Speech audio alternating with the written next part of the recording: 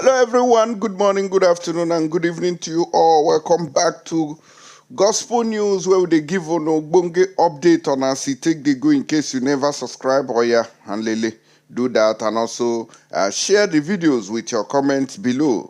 Don't also forget to give a thumbs up to this video as you watch them. May we go straight to the reason why we are here today. They said that the governors under APC, especially this one where they call Hope Uzodinma, don't cut chain, give the president of Nigeria where they call Bola Ahmed Tinubu over the suffering going on in the country. Say the way when people take they suffer, say the thing done too much. Oh. They said that ruling APC governors lament hardship caused by Tinubu's fuel subsidy removal. I say, wow. But when this fuel subsidy matter was going on, everybody, when they removed the fuel subsidy, people were clapping, hey, Jagaban, Jagaban, Jagaban. People like this one. Now watch this. It's very terrible. It's very terrible because we don't expect all the thing way it happen for now. For this Baba, our president, because I like him. I vote for him. I work for him. If you see my message, I write his name for body of my message. So I love Baba. Pass all this way. This thing, I don't know how to. Una don't see lamentations don't start already. People will be saying they vote Agbado. Una we don't know Agbado. If like say I even get one picture where they write Agbado filling station. No, so handle me they go that particular filling station. If like say they go they give free fuel for that place so that una go enjoy them. Una when vote for Tinubu.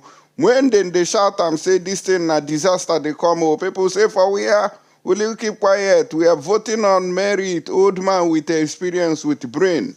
Today, we have seen a brain-dead government where we no go feel contained. So, maybe they manage them like that. Maybe we see what in these governors, they tell Tinubu concerning this suffering of the masses, where they say that we now have Trekkers Association of Nigerians, which is a Trekkers Association TAN, okay, TAN, Trekkers Association of Nigeria. If you never joined that particular union, go and join them very quickly. Nigerian governors elected on the platform of the ruling All Progressive Congress APC have lamented that Nigerians are suffering acute hardship orchestrated by the removal of fuel subsidy by President Bola Tinubu and their party's government. The chairman of the Progressive Governors Forum, Governor Hope Uzodinma of Imo State, who made the lamentation known after a meeting of the APC governors in Abuja on Wednesday night, announced plans by the APC governors to meet with President Tinubu-led Nigerian government to seek a quick solution to the hardship Nigerians are going through. Governor Uzodinma admitted that although the removal of fuel subsidy would result in increased federal allocations to state, the subnational government would ensure they support the federal government to ameliorate the pains of the masses. Loriro, nobody's pain is going to be ameliorated. Suffering continues as far as this country is concerned. As far as people like Tinubu becomes president, the suffering will increase. It was reported that during the meeting, the governors of the ruling party emphasized their commitment to addressing the current hardship caused by the fuel increase due to subsidy removal and reassured Nigerians that the state and local governments are actively working with the federal government to find effective solutions to ease the burden on the citizens. No be last week here where they say they burn one ship when carry plenty oil. Why they no even, since you no feel repair, why you no carry that oil, they share to Nigerians, say, oh, yo, may these people take this one, may they take this sustain or survive, or go give them to motorway go they run free transport. At least, before that thing go finish, you go take. They say they burn them, they waste them. They imagine, polluting everywhere because the people in charge of this country are not humans, but rather animals. Addressing newsmen after the meeting, Governor Uzodinma reportedly said on the upcoming FAAC We are aware that this is as a result of fuel subsidy removal. It will increase the volume of money that will be received in our purses during the Federation account meeting, and we are working with the federal government to ensure that it is utilized in a manner that the citizens are happy and the economy of the country will be protected. All these are lies. There is no hope in Nigeria today. Nigeria is dead and gone.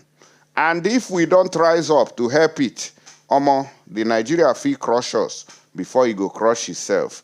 That's the thing going on there. The current hardship occasioned by the price increase is being addressed. The subnational government are working with the federal government, and on Thursday there will be a meeting of National Economic Council to cross the T and the dot, the I and the E's. We understand the concerns of Nigerians regarding the removal of fuel subsidy, and we are working diligently to ensure that the impact on the people is minimized. The increase in revenue from the removal of the fuel subsidy will be used responsibly to benefit our citizens and protect the nation's economy. Luriro, there is no hope.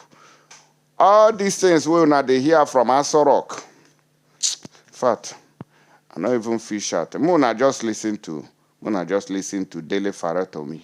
May he brief us more. Moon, just listen. Nothing in our country actually makes sense anymore. Okay. If we are going to tell ourselves the truth. Reality is that what we do these days is that we just coast along and we just allow ourselves to survive. Mm-hmm.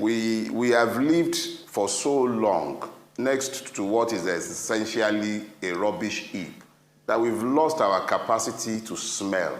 So we sit down in the midst of our mess and we eat, we drink, we party, and we forget.